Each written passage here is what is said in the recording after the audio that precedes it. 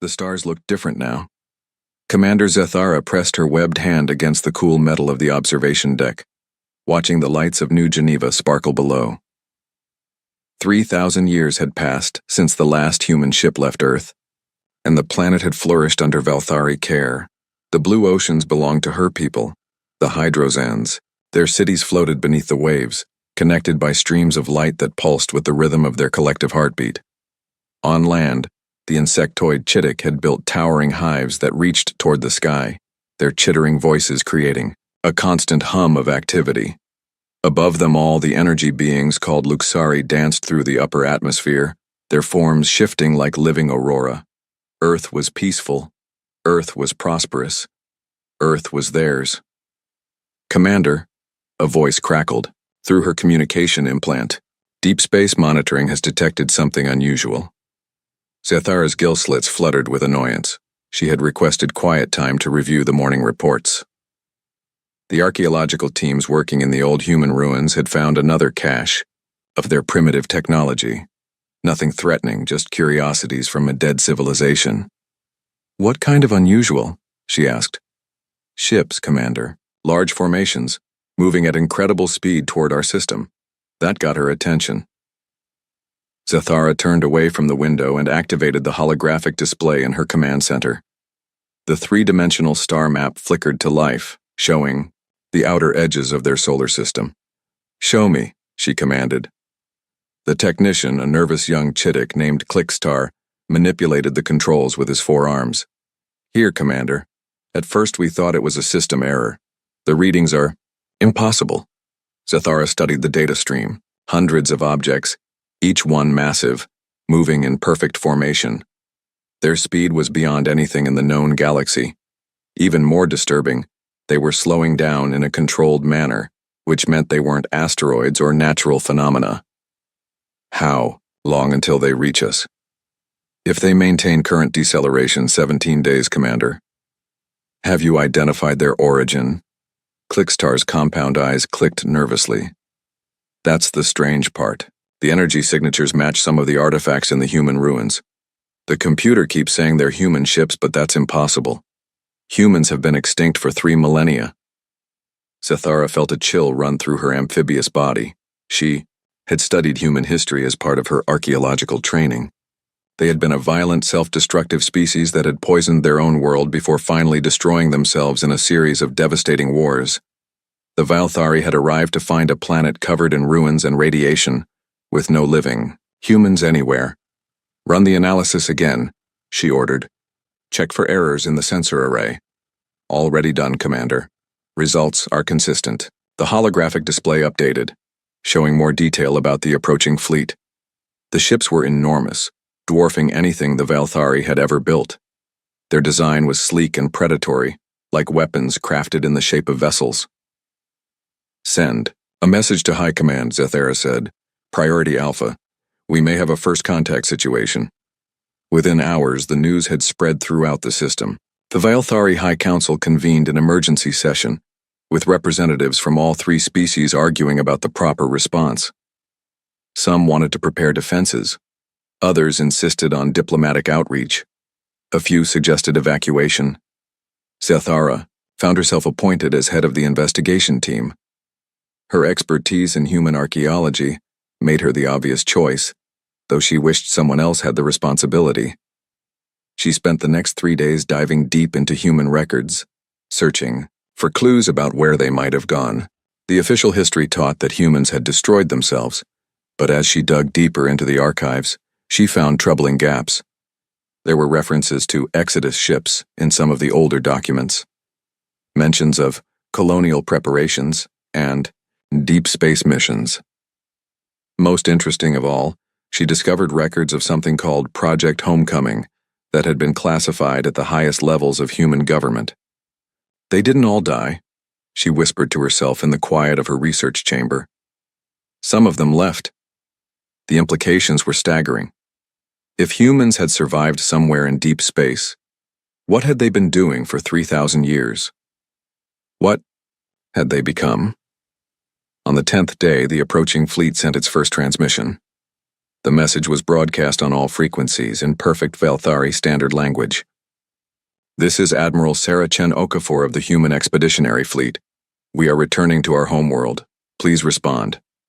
The voice was calm, professional, and utterly terrifying in its confidence.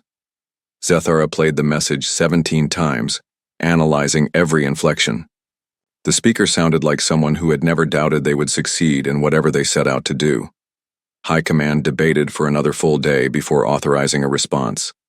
The message they crafted was diplomatic, but firm. "Welcome to the Yao Sol system. This planet is now home to 3 billion Valthari citizens. We are willing to discuss your intentions through proper diplomatic channels." The human reply came back within minutes. "Understood. We request immediate meeting to discuss terms for transition of planetary administration. Time is limited." Transition of planetary administration? Councillor Vexrath, the senior Luxari representative, flickered with indignation. "They speak as if this is already decided. Perhaps they don't understand the situation," suggested Chief Hive Mind Zaktor of the Chittik. "They may believe Earth is still uninhabited." Zethara studied the tactical displays showing the human fleet's approach. The ships moved with mathematical precision, their formation never varying by so much as a meter. Whatever these humans had become during their long exile, they had clearly learned discipline. "I recommend we agree to the meeting," she said, "but we do it on our terms, in our space, with our security." The High Council agreed. They would send their finest diplomatic vessel to meet with a single human ship at the edge of the system. It would be a show of good faith while maintaining safe distance from Earth. As the diplomatic mission prepared to launch, Zethara reviewed everything they knew about human psychology and behavior. The old records painted them as emotional, unpredictable, prone to violence when threatened. But those records were 3,000 years old.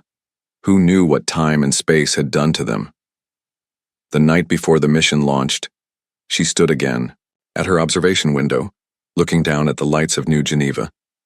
3 billion souls lived on this world now. The Hydrozans had built underwater cities more beautiful than anything in their species' history. The Chittik had established hive complexes that hummed with productivity and joy. The Luxari had found peace in Earth's upper atmosphere, their energy forms dancing in patterns of pure art. This was their home now. They had made it bloom again after the humans had nearly destroyed it.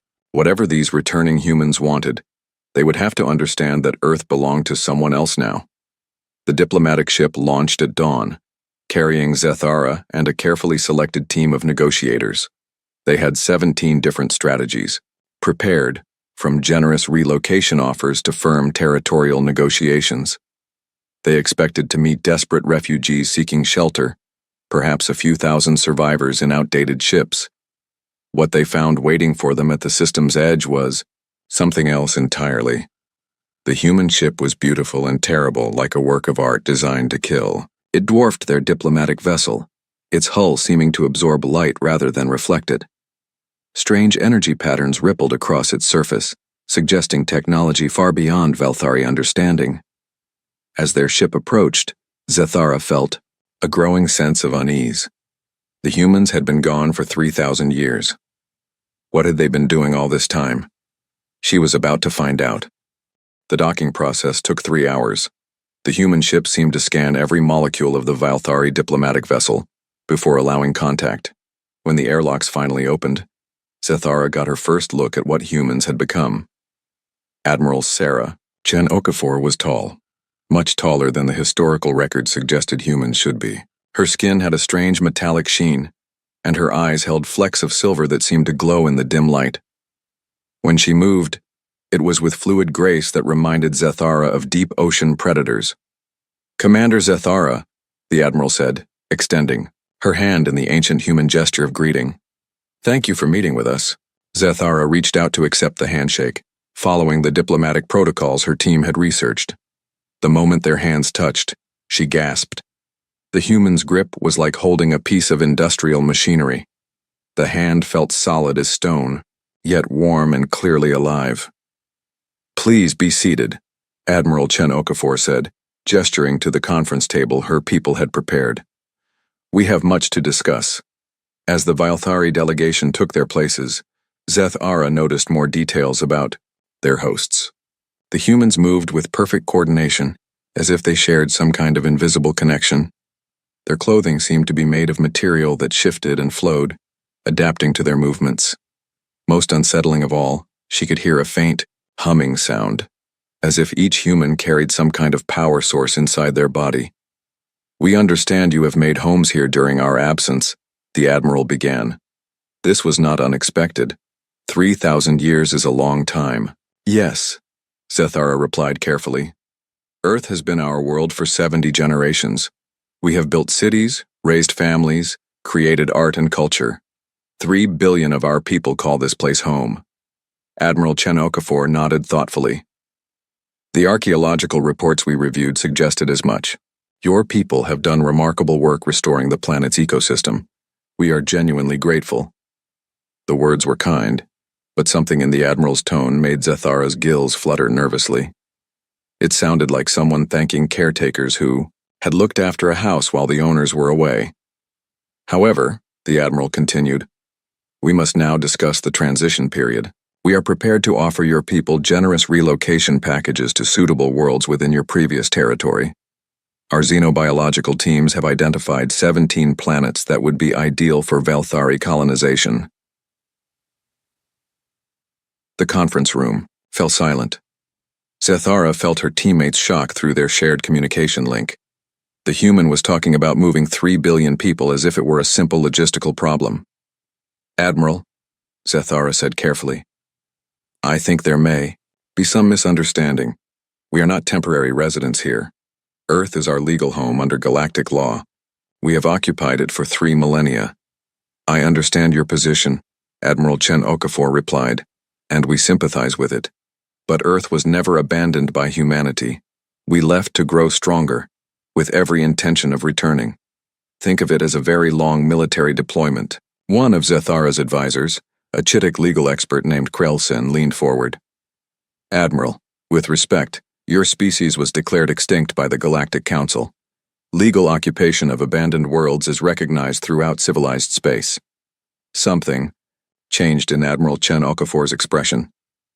The politeness remained, but underneath it, Zeth-Ara glimpsed something that made her blood run cold.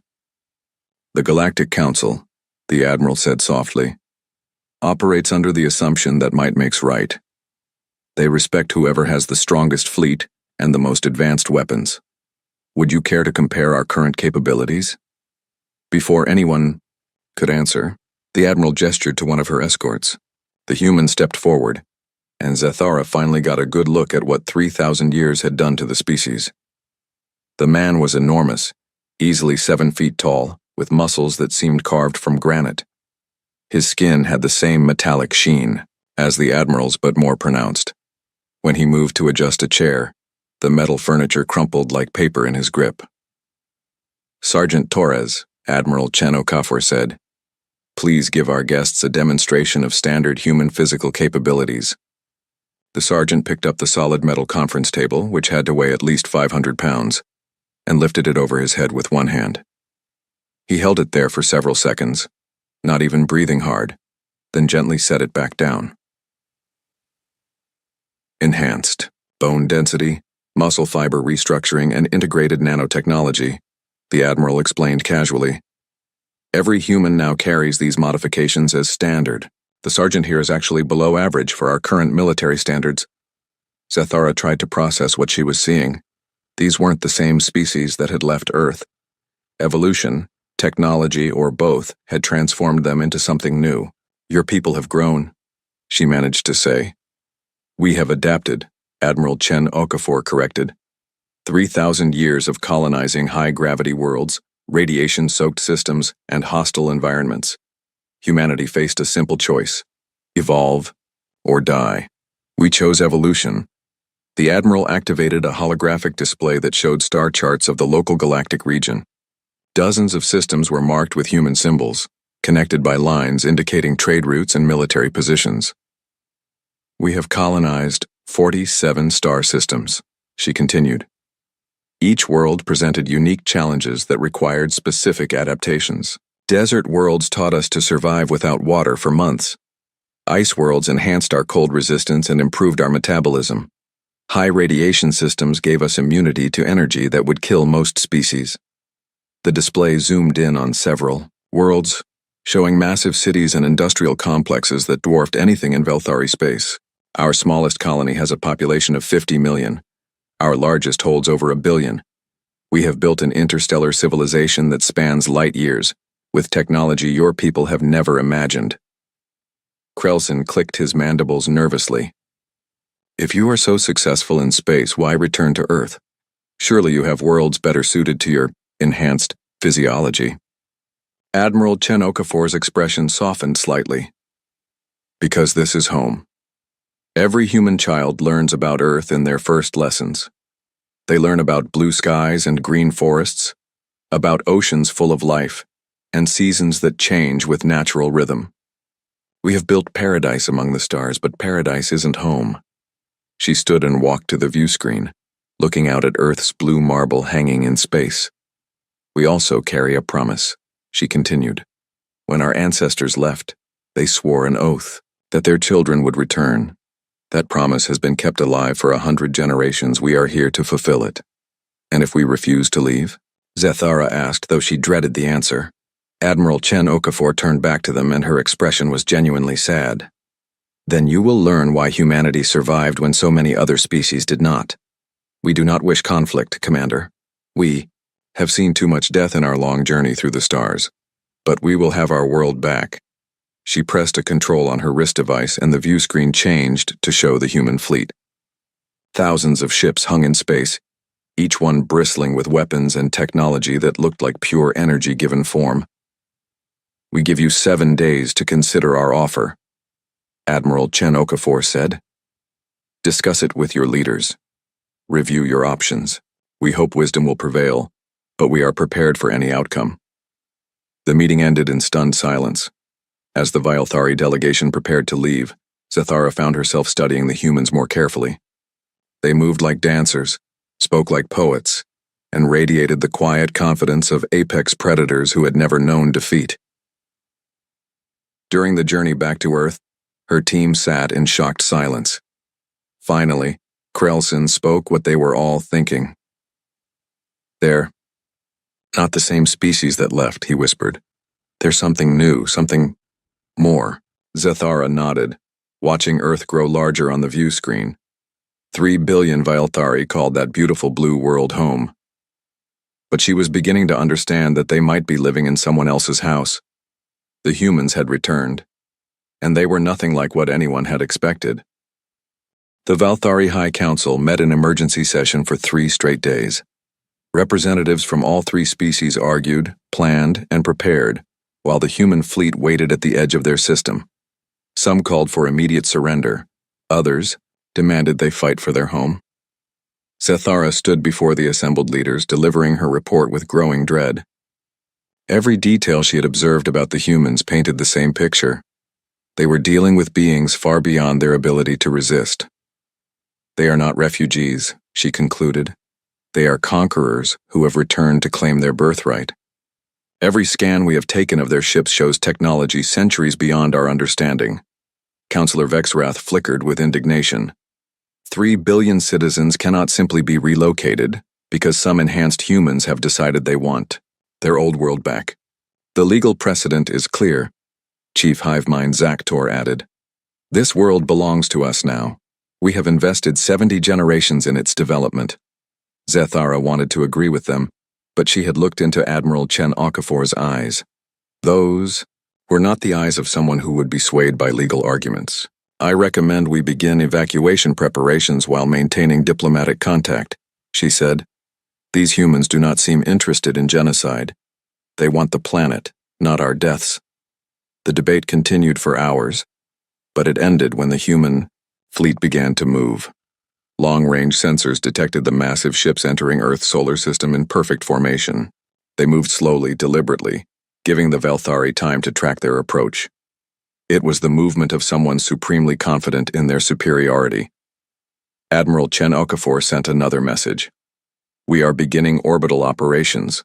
Please, keep your ships clear of designated zones. We wish to avoid accidental conflict. Within 6 hours, the humans had established complete control of space around Earth. Their ships took positions at every major orbital point, creating a perfect sphere of military control. Any ship trying to leave the planet would have to pass through their perimeter, but they didn't fire a single shot. It's a demonstration, Zethara realized, watching the tactical displays. They're showing us they could destroy our orbital infrastructure anytime they choose, but they're choosing not to. The first human landing craft appeared 12 hours later. Unlike their massive warships, these vessels were smaller, more elegant. They descended toward Earth's surface like falling stars. Too fast and too graceful for any technology the Vailthari understood. The Chittick tried to intercept them with ground-based defenses. Their missile systems locked onto the incoming craft and fired their most advanced weapons. Zethara watched in horror as the human ship simply absorbed the missile impacts without even slowing down. Their hulls are adapting, the weapons officer reported in disbelief. The armor is learning from each hit and becoming resistant. The landing craft touched down in 17 locations across Earth's surface. Each landing was followed by the emergence of human soldiers who moved with impossible speed and coordination. These weren't the enhanced specimens from the diplomatic meeting. These were something far more dangerous. Zethara got her first look at them through surveillance feeds from New Geneva. The humans wore armor that seemed to be alive, shifting and flowing as they moved. When they walked, the ground beneath their feet cracked from the impact. When they spoke, their voices carried for miles without technological amplification. Terran Reclamation Corps, First Wave, their leader announced. Beginning ecosystem restoration in designated zones. All civilian populations, please evacuate to safe distances. What followed was unlike anything in recorded history. The humans didn't destroy the Vailthari cities. Instead, they began transforming the landscape around them. Massive machines emerged from their landing craft, devices that seemed to rewrite the basic rules of biology and chemistry. Forests that had been adapted for Chittick physiology began shifting back to their original Earth configurations. Hydrozan water treatment plants found their chemical processes reversed, as the humans restored natural ocean chemistry. The very air began to change, as atmospheric processors removed the modifications that had made Earth comfortable for alien lungs. They're not just taking the planet, Chief Scientist Krillix reported in amazement. They're changing it back to what it was before we arrived. The process was happening too fast for natural evolution. The humans had technology that could alter ecosystems on a planetary scale within hours. Plants withered and were replaced by new growth. Water composition shifted. Even the soil itself began changing color and texture. The Hydrozan resistance mounted their counterattack from the deep ocean trenches. Commander Zethara led the assault personally, bringing their most advanced underwater weapons against the human landing sites near the coastlines. They discovered that humans had anticipated this response. As Zethara's forces approached the first human position, they encountered soldiers who moved through the water like born predators. These humans had been modified for aquatic combat, with gill-like slits along their necks and webbed appendages that cut through water faster than Hydrozan swimmers. The battle was over in minutes. Human weapons fired energy beams that turned water into superheated plasma. Their armor let them dive to crushing depths where no Vailthari could survive. Most terrifying of all, they fought with perfect coordination, as if they shared a single mind. "Fall back," Zethara ordered, watching her forces scatter before the human advance. "All units, fall back to deep positions." But there were no safe, deep positions. Human submersibles appeared at depths that should have been impossible, their hulls withstanding pressure that would crush any known material. They moved through the deepest trenches, like they owned them. High in the atmosphere, the Luxari faced their own nightmare. They had tried to use their energy manipulation abilities to disrupt human technology, confident that their mastery of electromagnetic forces would give them an advantage. Instead, they encountered humans who had learned to weaponize thought itself. The psychic battle created aurora displays visible from Earth's surface, as energy beings clashed with human minds that had been enhanced beyond normal limits. But the Luxari collective consciousness, which had always been their strength, became a weakness against opponents who could turn their shared thoughts into weapons. Within days, it was clear that resistance was hopeless. Every Vilthari strategy was anticipated. Every weapon was countered. Every defensive position was bypassed or overwhelmed. But the humans still weren't killing them. Civilian evacuation ships will be permitted to leave designated zones, Admiral Chen Okafor announced. Transport to our prepared relocation worlds will begin immediately. We recommend compliance for your own safety. The evacuation became a flood. Millions of Vilthari packed into ships, heading for the 17 worlds the humans had offered them. Those who remained found themselves living in increasingly alien environments as Earth's transformation continued.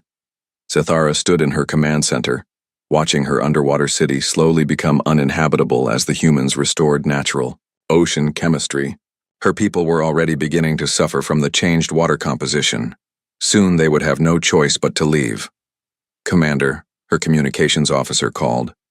We're receiving a personal message from Admiral Chen Okafor. The human appeared on the main screen, looking as calm and professional as ever. Commander Zathara, I understand you are leading the remaining resistance elements. I want to speak with you directly. What do you want to say? Zathara replied. That I respect your courage and your loyalty to your people. You have fought well for your home. But this battle cannot be won. Please consider the lives of those who follow you. Zathara stared at the human admiral, seeing genuine respect in those enhanced eyes. Why are you doing this? You could have destroyed us all from orbit. Why the slow conquest? Admiral Chen Okafor's expression softened slightly. Because we remember what it feels like to lose everything and start over. We remember the pain of leaving the only world we had ever known. We do not wish that suffering on others unnecessarily, but you'll inflict it anyway. Yes, the Admiral admitted, because this is our home, and we have waited 3,000 years to return to it. We will be as merciful as possible, but we will not be denied. The transmission ended, leaving Zathara alone with her thoughts. Around her, the last free Vilthari forces waited for orders that she knew would only lead to more death. The humans had returned. They were too strong to stop, and Earth belonged to them again. The siege of New Geneva began on the 15th day of human occupation. The great city stood as the last symbol of Vilthari civilization on Earth, its crystal spires reaching into the clouds above the ancient Swiss Alps. 50 million civilians, sheltered within its walls, along with the remaining military forces of all three species. Zathara stood on the command tower's observation deck, watching human forces surround the city. They moved with mechanical precision, establishing a perfect perimeter that sealed off every escape route. But they weren't attacking. They were waiting. What are they doing? Asked General Vokhtar, the Chittic military commander. His compound eyes tracked the human positions with growing frustration. Why don't they simply overwhelm us? Because they want something, Zathara replied, studying the human formations through her tactical scope. This isn't about conquest anymore. They could have taken the city by now. Her answer came 3 hours later when massive drilling equipment began emerging from human landing craft. The machines were unlike anything in Vilthari technology, boring into the earth with beams of energy that turned solid rock into vapor. They're digging, reported Chief Scientist Krillax, directly beneath the city center, going deeper than our foundations. The drilling continued for days. Human excavation teams worked around the clock, their enhanced bodies never seeming to tire. They dug with purpose, following some predetermined path that led straight down through layers of stone and metal. On the third day of digging, they found what they were looking for. Dr. Marcus Webb emerged from the excavation site like a man returning from prayer. The human archaeologist moved with reverent care as he supervised the removal of artifacts from deep beneath New Geneva's foundations. Admiral Chen Okafor arrived personally to oversee the operation. She stood at the edge of the dig site, watching, as her people brought up containers that glowed with soft internal light. The Genesis Archive, she announced over the communication channels, the cultural and genetic heritage of humanity, sealed away before our ancestors left Earth. Everything we were, everything we hope to become, stored in quantum crystal matrices that have waited 3,000 years for us to return. Zathara felt a chill run through her amphibious body. The humans hadn't just come back to reclaim their planet. They had come back to reclaim their souls. "Commander?" Admiral Chen Okafor's voice came through the communication system. "I request a meeting. There are things you need to understand." They met in the ruins of the old United Nations building, halfway between the human excavation site and the Valthari defensive perimeter. The symbolism wasn't lost on either of them. "Your city is built on our most sacred site," Admiral Chen Okafor explained, her enhanced features showing genuine emotion for the first time. "When our ancestors prepared for Exodus, they knew they might never return. So they buried everything that made us human beneath the ground, hoping that someday our children would come home and remember who they were." Zethara looked at the glowing containers arranged around them. "What's in there?" "Art, music, literature, philosophy. The genetic templates of every species that lived on Earth before the Great Dying. Mathematical proofs, scientific theories, and the dreams of 1 billion human minds. Everything we lost when we left, everything we've spent 3,000 years trying to recreate." Dr. Webb approached, carrying one of the smaller containers. "May I show you something, Commander?" At Zethara's nod, he activated the device, the air filled with music, hauntingly beautiful melodies that seemed to touch something deep in her consciousness. Images followed the sound: forests, oceans, animals that had died out millennia ago, children laughing under blue skies. "This is what Earth was," Dr. Webb said softly. "This is what we're trying to bring back." "And what about us?" Zethara asked. "What about the 50 million people in that city?" Admiral Chen Okafor's expression hardened. "They cannot stay. I'm sorry, but that's not negotiable. However, their removal need not be violent." That's when the demonstration began. High above Earth, something ignited in the outer solar system. Jupiter, the great gas giant, began to glow with new light. The glow grew brighter and brighter until it became a second sun, casting shadows across Earth's surface in broad daylight. "Stellar engineering," Admiral Chen Okafor said calmly, watching Zethara's horrified expression. "We're converting Jupiter's atmosphere into a temporary fusion reaction.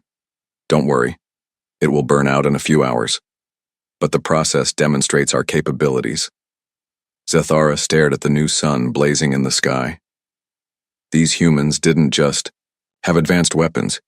They had technology that could manipulate stars themselves. "Why show me this?" she whispered. "Because I want you to understand that resistance is not just futile, it's unnecessary. We don't want to destroy you. We want to give you something better than what you have here."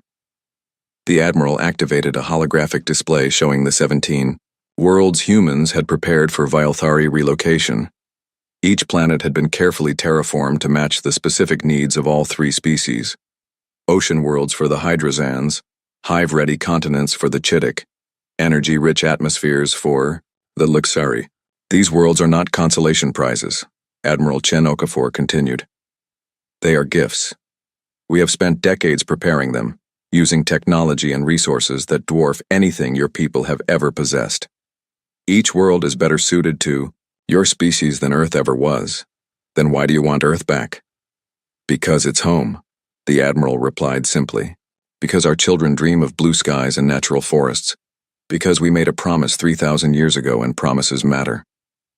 The temporary star faded as Jupiter's atmospheric reaction burned out, but its message was clear.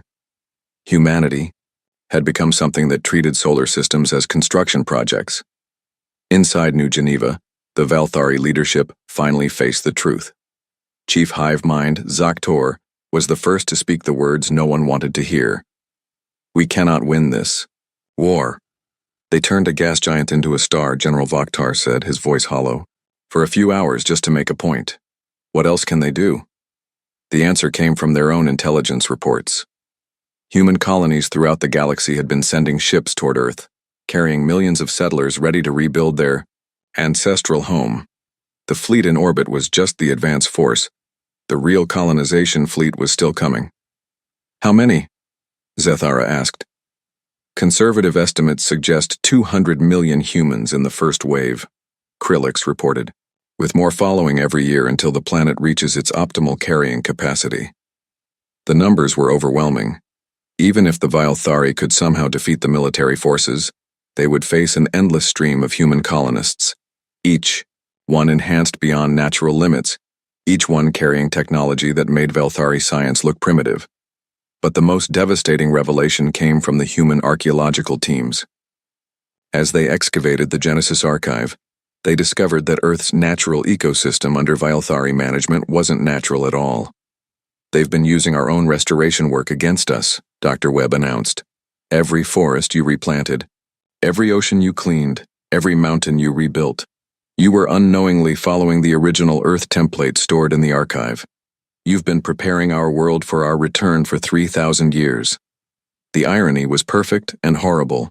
The Velthari hadn't just been occupying Earth. They had been caretaking it, maintaining it exactly as humans would want it when they returned. As night fell over New Geneva, Zathara made her decision. She activated the emergency communication system and sent a message to all Velthari forces. "This is Commander Zathara. I am ordering a general ceasefire. All units, stand down and prepare for evacuation orders." The response was immediate and emotional. Some called her a traitor. Others begged her to reconsider, but most simply acknowledged the inevitable. "Commander," Admiral Chen Okafor's voice came through the communication system. "You have made the right choice." "Have I?" Zathara asked. "Or have I just surrendered 3 billion people to exile?" "You have saved 3 billion lives," the Admiral replied, "and given them a chance to build something new and better. That is the choice of a true leader." As the last human excavation teams emerged from beneath New Geneva, carrying the final containers of the Genesis archive, Zathara understood that this had always been inevitable. Earth belonged to humanity not because they were stronger, but because they had never truly left it behind. The archive contained their dreams, their hopes, and their unbreakable connection to the blue world that had given them birth. 3,000 years in exile had only made that connection stronger. The humans had returned. They had grown too strong to stop, and Earth was calling them home. The challenge came at dawn on the 20th day. Commander Zathara stood in the ruins of the old United Nations Plaza, watching the sun rise over a world that was no longer hers. Around her, the last Velthari military units prepared for evacuation, while human restoration teams continued their work of reshaping the planet. "I invoke the right of final contest," she announced, her voice carrying across the plaza through amplified speakers. "Single combat between champions, with terms to be set by the outcome." The human response came within minutes. Admiral Chen Okafor herself appeared at the edge of the plaza, flanked by her enhanced soldiers. But she wasn't smiling. "Commander, this is unnecessary," the Admiral said. "The evacuation is proceeding smoothly. Your people are already establishing new homes on the worlds we've prepared. Why risk lives on ceremonial combat?" "Because my people need to see that we fought to the end," Zathara replied, "and because I need to know if there's any chance, however small, that we might still call this world home."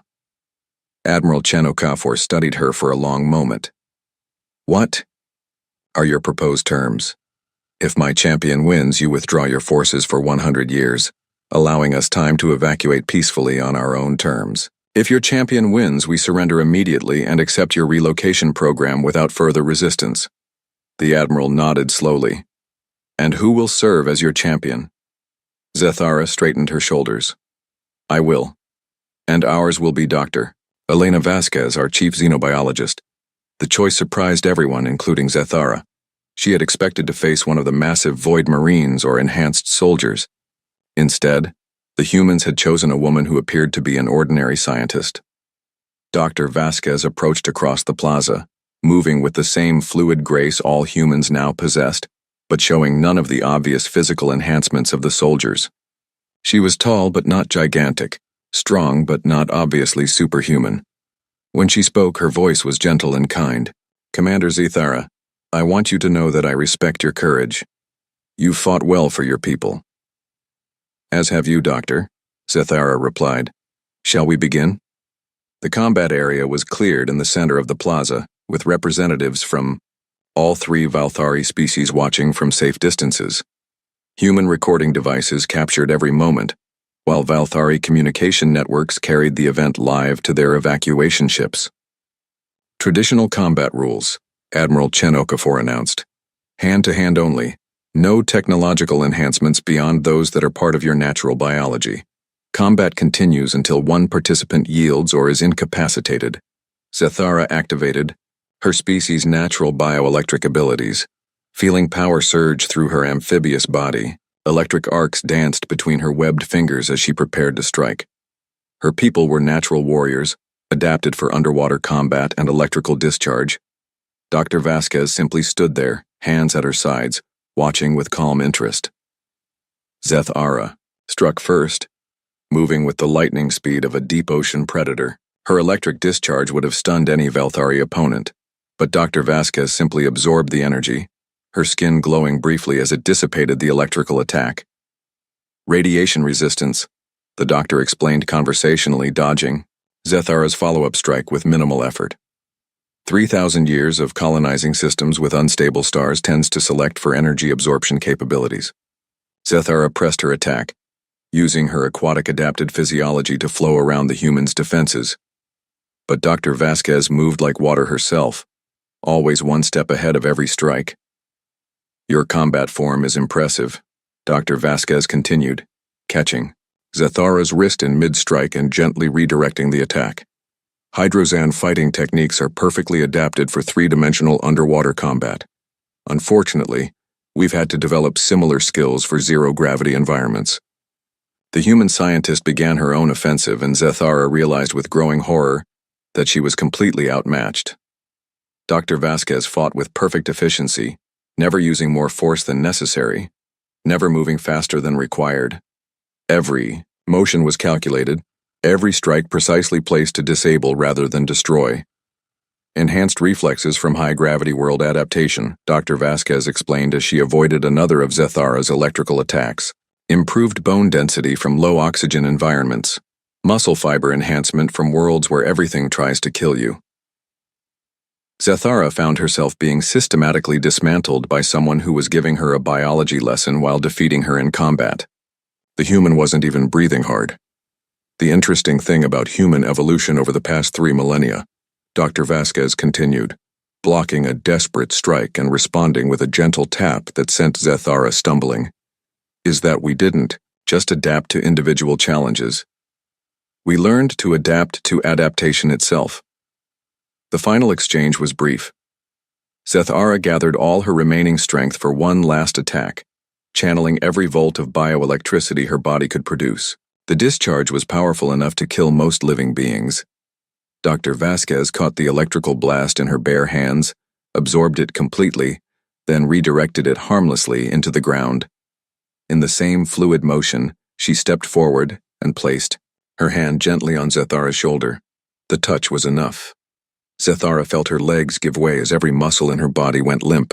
She collapsed to her knees, not from injury, but from the overwhelming realization of just how completely she had been outmatched. Neural pathway mapping, Dr. Vasquez explained softly, kneeling beside her. Non-lethal pressure point manipulation, adapted from encounters with 17 different hostile species. You're not hurt, just temporarily immobilized. Zethara looked up at the human scientist, seeing genuine compassion in those enhanced eyes. Why? She whispered. Why show me this? Because you needed to understand, Dr. Vasquez replied. Every human carries these abilities now, not just our soldiers, not just our enhanced troops. Every one of us. We didn't just grow stronger during our exile, Commander. We grew beyond what we used to be. As feeling returned to her limbs, Zethara struggled to sit up. Around the plaza she could see the shocked expressions of her people. They had watched their finest warrior defeated by a human scientist who had barely exerted herself. Your people fought bravely, Dr. Vasquez continued, helping Zethara to her feet. You adapted well to this world and built something beautiful here, but adaptation is what humans do best. It's what we've always done best. We adapt, we overcome, and we survive. Admiral Chen Okafor approached, her expression serious but not unkind. The terms of combat have been met. Do you yield, Commander? Zethara looked around the plaza one last time, seeing the human restoration teams already at work, seeing her own people preparing to board evacuation ships. The decision had been made long before the fight began. I yield, she said quietly. The Valthari Confederation surrenders Earth to human authority. The evacuation proceeded with military efficiency. Within weeks, the last Valthari transport ships departed Earth's atmosphere, carrying 3 billion civilians to their new homes among the stars. The humans kept their promises about the relocation worlds, providing technology and resources that surpassed anything the Valthari had possessed on Earth. But for Zathara, now serving as Valthari liaison to the human colonial government, the EA, memory of that final combat never faded. She had fought the future itself and lost. 1 year later, she stood in the restored Amazon rainforest, watching human children play among trees that grew from seeds stored in the Genesis archive. The planet teemed with life again, not the adapted ecosystems the Valthari had created, but the original Earth ecosystem restored to its ancient glory. Admiral Chen Okafor joined her on the observation platform, looking out over the green canopy that stretched to the horizon. "Do you regret it?" the Admiral asked. Zathara considered the question. Her people were thriving on their new worlds, building civilizations that surpassed anything they had achieved on Earth. But this world, this beautiful blue marble, would never be theirs again. "No," she said finally. "You were right. This is your home. It was always your home, even during the long exile. We were just keeping it safe until you could return." Admiral Chen Okafor removed her helmet, revealing features that still carried the scars of humanity's ancient exodus. She was older than she looked, one of the children who had left Earth 3,000 years ago and lived to see its reclamation. "We kept our promise," she said softly. "We came home. We just needed time to become strong enough to keep it." Above them, human ships continued to arrive from distant colonies, carrying millions of settlers eager to walk on the world their ancestors had dreamed of. Each ship brought new stories of human adaptation and survival, of worlds conquered and challenges overcome. The humans had returned to Earth. They had grown too strong to stop, and in their strength, they had found their way home at last. In her final report to the Galactic Council, Zathara wrote simply, "Humanity has returned. They are not the species that left. Consider this both a warning and an opportunity. They offer partnership to those who accept their strength, and they keep their promises to both enemies and friends. The age of human expansion has begun." The blue world turned in space, alive with the dreams of a species that had traveled to the stars and found their way back to where they